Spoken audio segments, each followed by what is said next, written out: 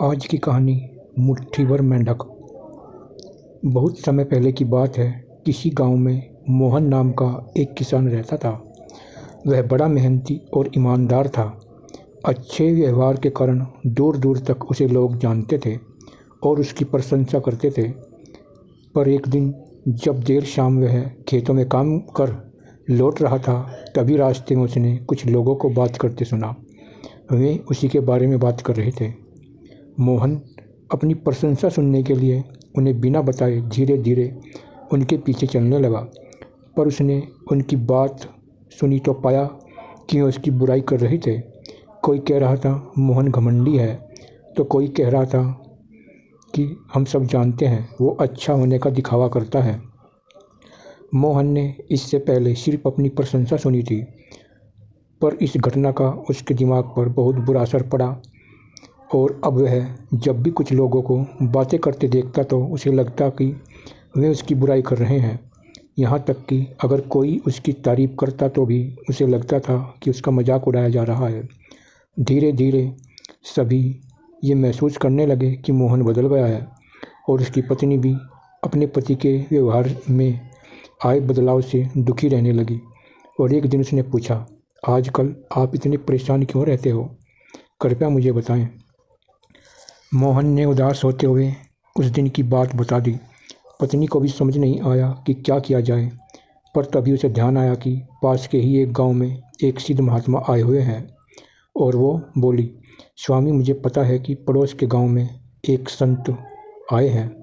चलिए हम उनसे कोई समाधान पूछते हैं। अगले दिन वे महात्मा जी के पास पहुँचे। मोहन ने सारी घटना बताई और बोला, महाराज, उस दिन के बाद से सभी मेरी बुराई और झूठी प्रशंसा करते हैं।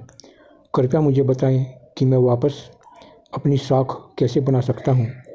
महात्मा मोहन की समस्या जान चुके थे। उन्होंने कहा, पुत्र, तुम अपनी पत्नी को घर छोड़ाओ और आज रात मेरे शिविर में रहो।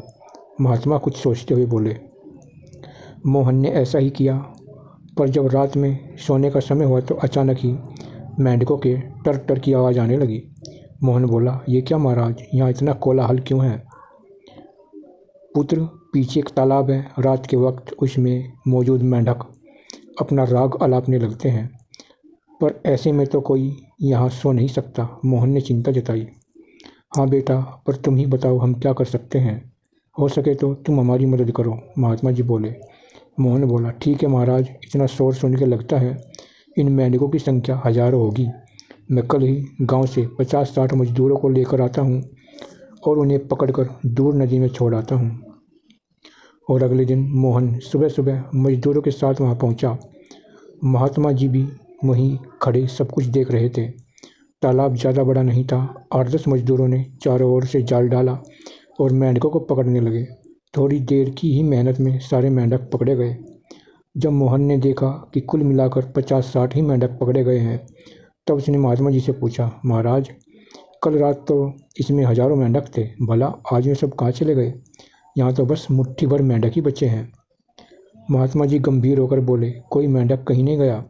तुमने कल इन्हीं मेंढकों की आवाज़ सुनी थी। ये मुट्ठी भर मेंढक ही इतना शोर कर रहे थे कि तुम्हें लगा कि हजारों मेंढक बोल रहे हैं। पुत्र, इसी प्रकार जब तुमने कुछ लोगों को अपनी बुराई करते सुना तो तुम यही गलती कर बैठे। तुम्हें लगा कि हर कोई तुम्हारी बुराई करता है, पर सच्चाई यह है कि बुराई करने वाले लोग मुट्ठी भर मेंढक के समान ही थे। इसलिए अगली बार किसी को अपनी बुराई करते सुनना तो इतना याद रखना कि हो सकता है ये कुछ ही लोग हों जो ऐसा कर रहे हों। और इस बात को भी समझना कि भले तुम कितने ही अच्छे क्यों ना हो, ऐसे कुछ लोग होंगे जो तुम्हारी बुराई करेंगे। अब मोहन को अपनी गलती का एहसास हो चुका था। वह पुराना मोहन बन चुका था। फ्रेंड, मोहन की तरह हमें भी कुछ लोगों के व्यवहार को हर किसी का व्यवहार नहीं समझ लेना चाहिए। पॉजिटिव माइंड से अपनी ज़िंदगी जीनी चाहिए।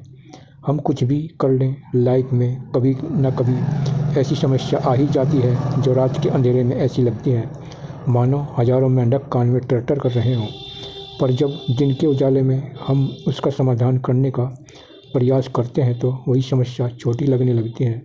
इसलिए हमें घबराने की बजाय उसका सलूशन खोजने का प्रयास करना चाहिए। और कभी मुट्ठी भर मेंढकों से घबराना नहीं चाहिए। धन्यवाद।